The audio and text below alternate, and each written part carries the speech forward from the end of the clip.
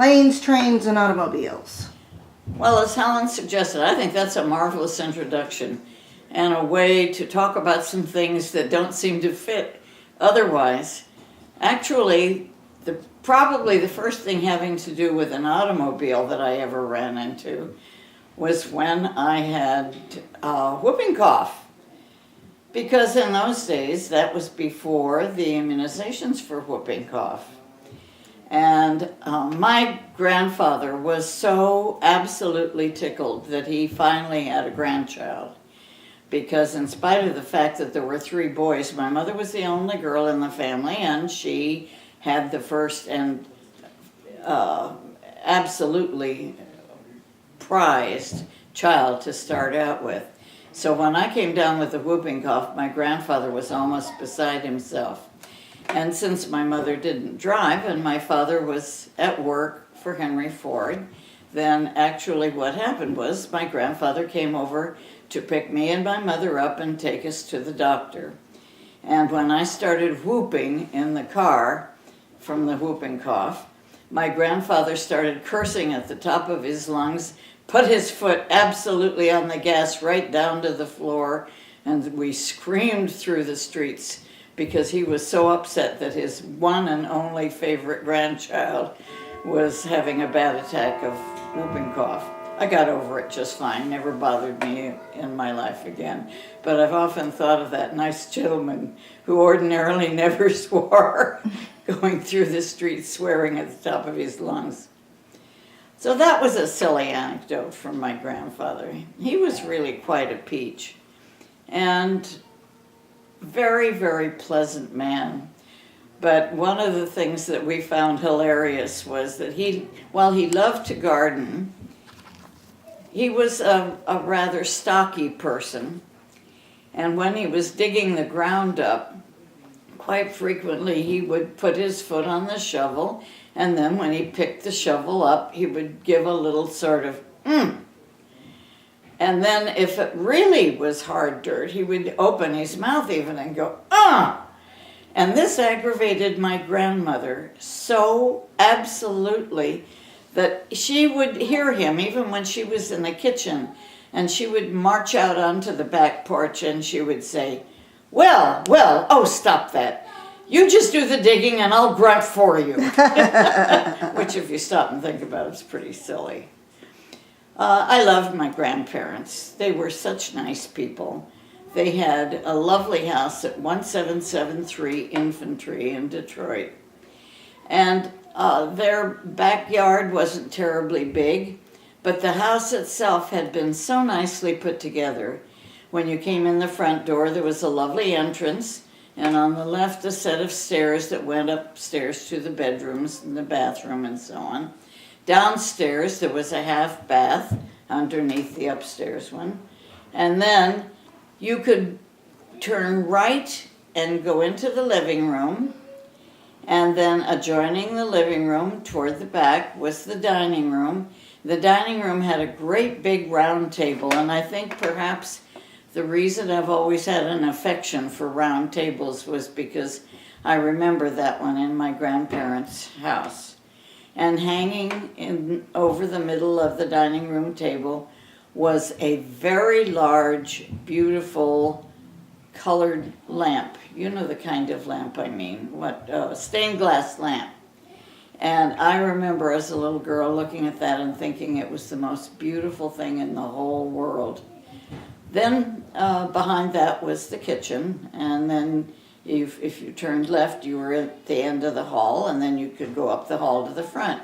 Well, that meant that if you wanted to and you got interested in running, you could run from the hall to the living room to the dining room to the kitchen and back to the hall again. So as you can probably guess, I probably made a nuisance out of myself when I was a kid. Round and round and round. My grandparents were very good to me, and they did a lot for me when I was a little girl.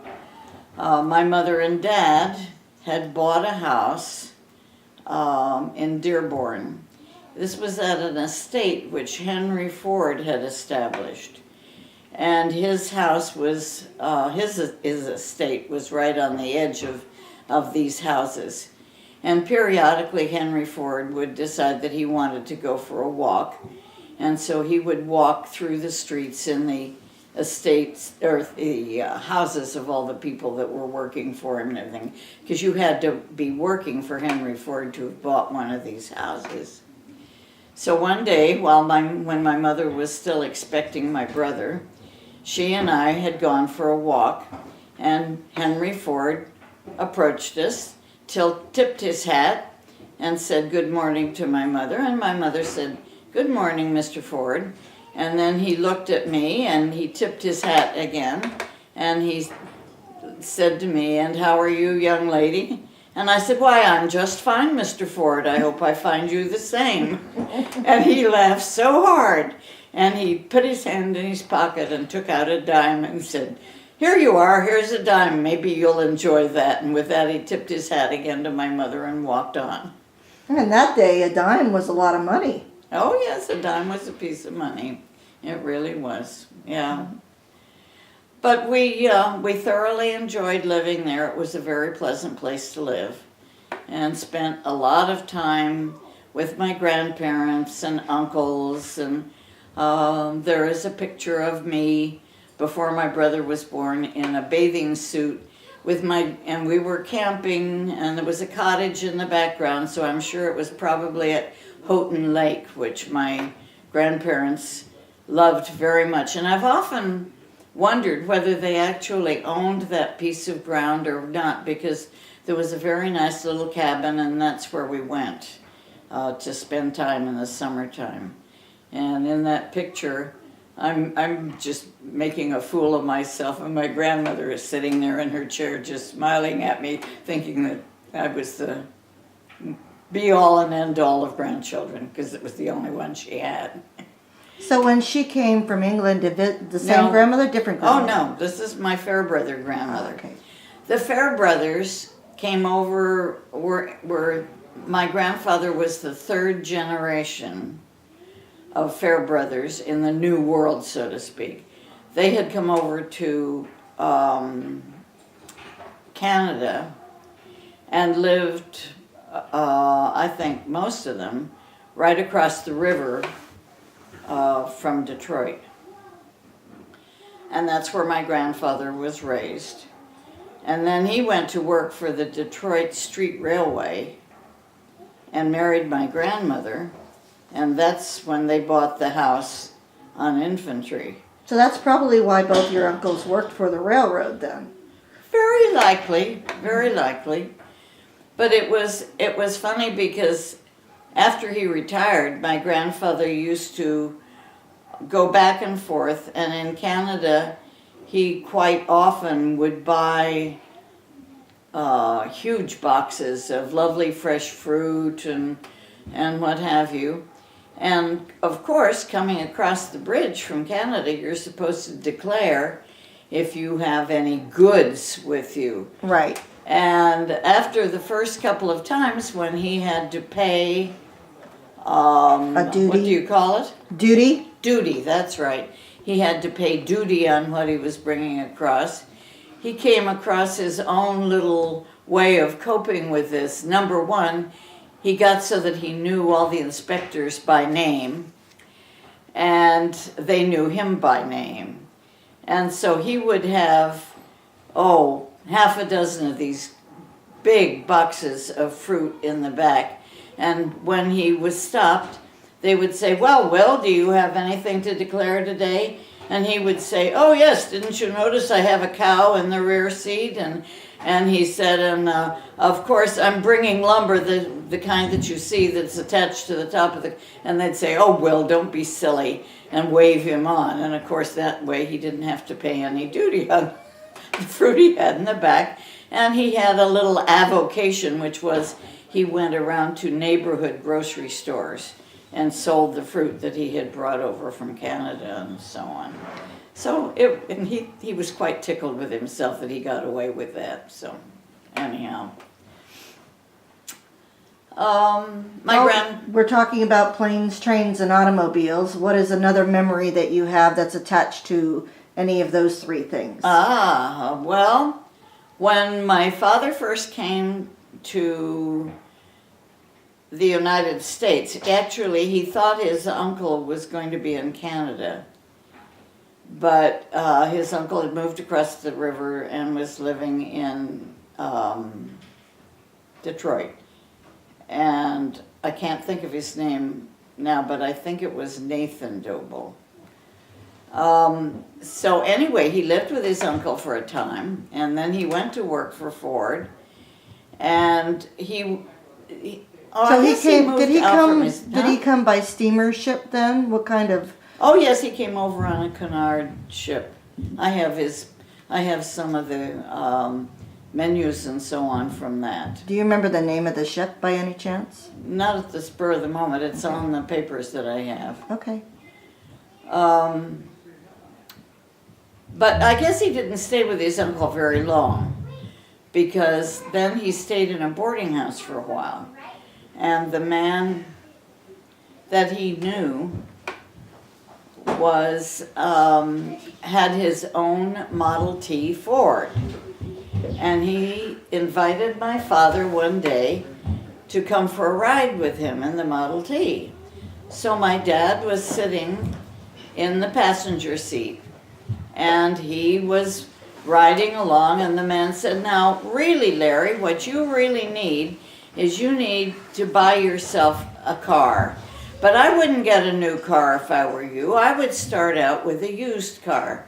And my father said, oh, well, he wasn't very sure. He'd never driven a car. So they went around the block a couple of times, and he said, "Look, Larry, this is what you do. You shift like this." He stopped it, he turned the key, and he said, "This is how you turn the car on, and these are the brakes," and showed him the brakes. And then he said, "And this is what you do. You turn the wheel when you go around the corners." And he said, it's easy as pie. So they started off again, going around the block. And then, just as they slowed down, he opened his door and jumped out and said, "Hurry up, Larry, better get in the driver's seat." And my dad had to slide over onto the driver's seat and had to drive the car around the block. He said, "But you forgot to tell me how to stop it," and yelled out the window to his friend. And his friend said, "Oh, well, if you're not sure, just turn off the key." And so, of course, when you turn off the key, the car stops. But he ended up buying the car from his friend. And he met my mother at church. My mother was a pianist, and my father sang in the choir. And they got to be very good friends, and he decided to take my mother for a ride in his Model T Ford. And they were having a lovely ride, and they came to a spot on a hill where the road curved around to the right and the hill dropped off away from them. And they were coming down at a very, very modest rate of speed. And my father suddenly said, "Look, Kate, hey, look, some darn fool lost his wheel." And then the car went clunk, clunk, clunk, clunk, clunk. And one of the rear wheels had come undone when they went around the curve and just rolled away from them down the hill. And I don't know whether that was the reason that they bought it or whether it was just the right timing. But no, I guess it couldn't have been, because they didn't buy the green Model A Model T Ford, Model A. Model A was the bigger Ford. And they didn't buy that until my brother was born. So I guess I did get to ride in the Model T a few times, but I don't remember any of that. And changing a tire back then was a little more interesting than it was Oh, now. Absolutely. Because you had to take the tire completely off, and then you had an inner tube, and you had to pump air into the inner tube and find out where the leak was. Then you had to repair the leak. Then you put the inner tube on the inside of the tire, and then you blew up the inner tube, and the inner tube stayed inside the tire. And then you had to kind of test it and make sure it was going to stay. Then you could finally put the tire back on the wheel. Then you had to put the wheel back on the car. So yes, it was quite a process. And that was true even when I was a kid.